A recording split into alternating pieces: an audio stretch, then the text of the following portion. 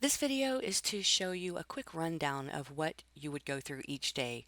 We send you records every auction day, which is Monday through Thursday, sometimes on a Friday, and you would just follow these same steps every day to download the new records from us and then import them into your database. Or if you are on the Pro subscription, we email the records directly to you. So here I'm going to just walk you through a process of one day. And once I am logged into Surplus Database, the first thing I want to do is go to Florida Records so that we can get the records from today. And this is, like I said, if you're on the Pro subscription, these would be emailed to you. But if you're on the Basic or Extended, you would need to come here to download them. So on the Florida Records tab and on the Surplus Lists button, we're going to scroll down. And actually, right up here, I wanted to show you the steps, the step-by-step actions to take. This is really what we're going to go through right now. I'm going to show you what to do. And so here is the repository, the link to the repository where we keep all of the surplus lists. And right here is where the current password would be. And we do change it every so often, so you want to make sure you come here and check the new one if you're not able to get in. So I'm just going to highlight and copy that password and then click the repository icon. And then I will paste that password in. And then this is a Pro subscription that I'm logged into. So everything is divided into folders. And I would just find today's date and go into it. I'm going to go into October 16th.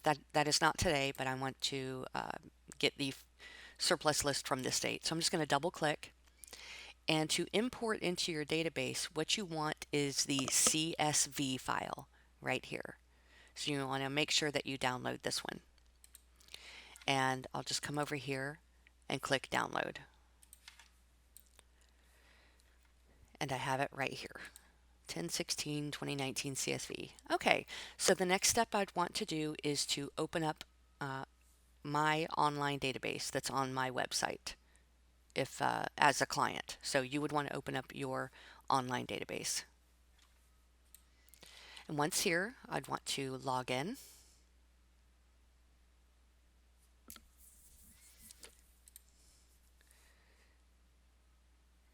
And then here I am in the back end of my website. But real quick, I'm just going to open up the front end, because if you're ever on your website and not in the back end, to get back there, you'd want to go to the admin dashboard and admin backend. If we click on that, it brings me back to the back end.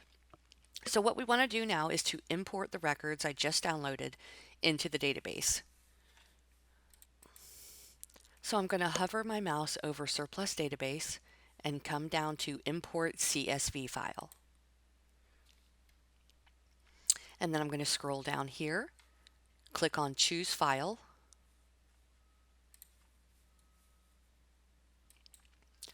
locate the file that I just downloaded and click on it and choose Open. Then I need to click on the Upload File button. And this typically only takes a couple of moments because there are only, a few records each day, as long as you're downloading each day. This day I have 4 records that I've imported and it's already done. I can see here that it's finished. And then to see the new records that I just imported, I click on List Records. And right here is where you can see the 4 records I just uploaded. Now across the top are the field names, and there are many more fields than this, but you can always choose which ones you want to see. What I like to do is when I first import records, you just want to quickly look to see if it is a record that you want to pursue or not, based on 2 pieces of information: how much there is in surplus and what type of owner is it. Is it a individual or is it a business? Or if the owner name says something like estate of, or it might say that the owner is deceased, maybe I don't want to ever pursue those types of records. So I will just look at the owner name so I know what type and how much in surplus. And if there's anything, I'm going to just say that this second one, I'm going to go ahead and pretend like I don't want to see that one. So what I would want to do is click the edit button. It's the status that we're going to change. So we want to go to claim status and notes. And on the status dropdown, I'm going to choose ignore record and submit. That's going to bring me back to the list of records. And you see how I can still see it here because I don't have any filters set to tell me what I do or do not want to see. And you can always choose many different filters. And I highly suggest that you go ahead and set one filter of the current status right here. I want to show show records that does not contain ignore record. So once I choose filter, this ignore record should be removed from this list. I'll just do it right now. And there we go. So I suggest you always keep this one here. And then if you want to if you want to filter other records, add another one. Just choose this, how many you want to do, and just wait a moment, another box will pop up. So always keep current status, doesn't contain ignore record, and then add other filters as necessary. Like if I want to, right now I only want to see Duval County. I would go to county. So show me the records where the county is, and if I choose is, you have to make sure you type it in exactly correct.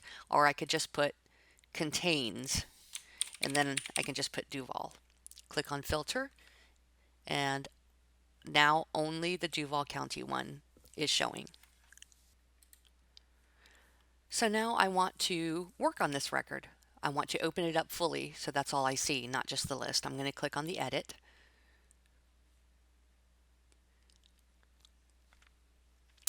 Now, if you are on the Pro subscription, we obtain the property information report and we research the records and research any liens that might be on that record. So all of that research would be right here on the tab. And this tells you immediately there are liens on the record. True. So yes, there are. So I go down and does it have government liens? True. And then I explain what the lien is. And I can see that there's $1,300 owed and a nuisance lien. Is there a mortgage? No. Are there any judgments? No. HOA or COA liens? No. Anything else? No. So this record only has one government lien on it for only $1,300, and the surplus was quite high. So yes, this is a record I want to still work with. Now this shows only on the Pro subscription. If you're on the basic or extended, you have to obtain that property information report. You have to locate if there are any documents that mentioned on it that might be liens, and then you have to research those liens to see how much those are. And I'm going to quickly show you that. The first thing you need to do is obtain the property information report, which we do for you, and we upload them all into one repository, but you have to go get it if you're on the basic or the extended. So I'm going to click on property details and copy this tax deed number. Typically this would be all you need to get the property information report. And you want to go back over to your surplus database account, and on the Florida menu item, you want to come here to property reports.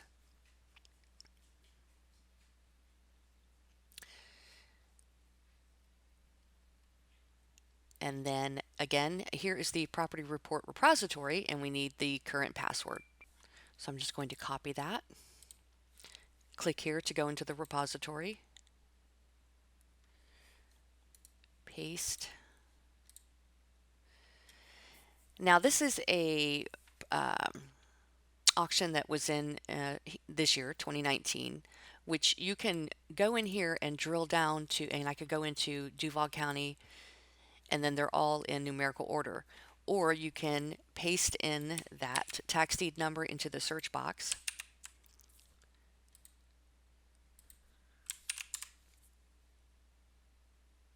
And we found it here. So I'm going to click on download. I'm going to choose open. Just make it a little smaller. That opened up very big. And then I would just look through to see if it mentions any liens or book and page numbers that I would need to go look up and see if anything else is owed, which we have separate videos and also some property information report examples showing you how to research and where to look for the liens. So that is not taught in this video.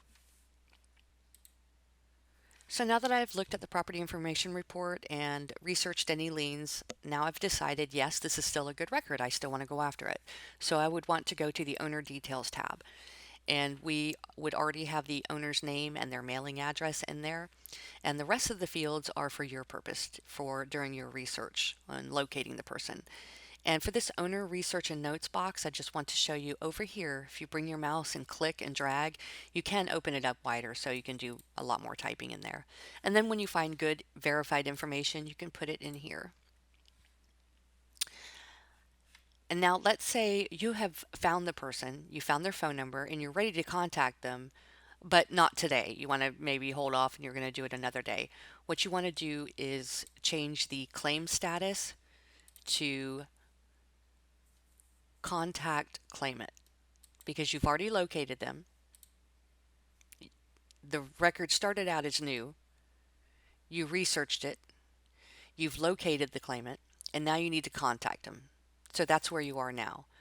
I'm going to choose that and click apply. The difference between the submit and apply buttons: apply will save the record but keep you on the same page. Submit will save the record but bring you back out to the list of all of the surplus records. And those are all really the basic steps that you would do every day. And now we're going to just quickly go through each of the tabs to give you a little more information. Again, we're just on one record right now. We're on that Duval record. So starting at the left for record info, the only thing really important on this tab is the SD record ID. That is the surplus database record ID that comes from our database. It is the number that you would use if you were to contact us and ask us about a particular question about that record. Or what is also very good to use this number for is to give your clients, when you contact them, if you leave a message, you can call it the property ID or client ID, whatever it is you want to name it. But if you give them that and then they call you back and give you the number, then you can easily look it up in this database to find their record and get more information. Now the auction details tab is just telling you the county, the state, the auction date, and the week number that it was in. And again, there's another box here for auction notes if you want to add anything. The figures only has the surplus amount for the record. The property details tells you the tax deed number, the parcel number, the physical address of the property that was auctioned, and again, another box for you to type in any notes about the property. Owner details. We just saw this tab, and it gives you the owner name and address that came from our records, and then the empty boxes for your own information. And the research, we showed you this already. And if you're on the basic or the basic or extended subscription, all of these would be empty because we do not do the research for you on those levels. Claim status and notes. This is where you change the status and any notes that you want to put about this record or the claim. Follow-ups. These are if you've talked to the client and they ask you to call them back on Monday. You can just put the date in here and what you need to do. And let me click over to the list of records. We do have it set up so that the first follow-up date will show up here, so that once you have all the list of all your records here that you're working on, it'll stand out that if you need to do something. that you put that you need to follow up on. Now, the public information tab, we really wanted to get rid of this, but we haven't. It's just not necessary. Previously, when we first created your websites, we had a little information in here so that you could put something on your website for people who were looking for surplus for themselves. But we made that change. I'm going to show you. We made the changes on the website so that it's actually a lot better. If anybody stumbles across your website, they can search for unclaimed money and they can type in their last name or their business name and it would find it. The record that we're working on right now is this one, the Duval County one. And let's see what their name was. So Van Buren is her last name. Let's say she had stumbled across your website and types in her last name.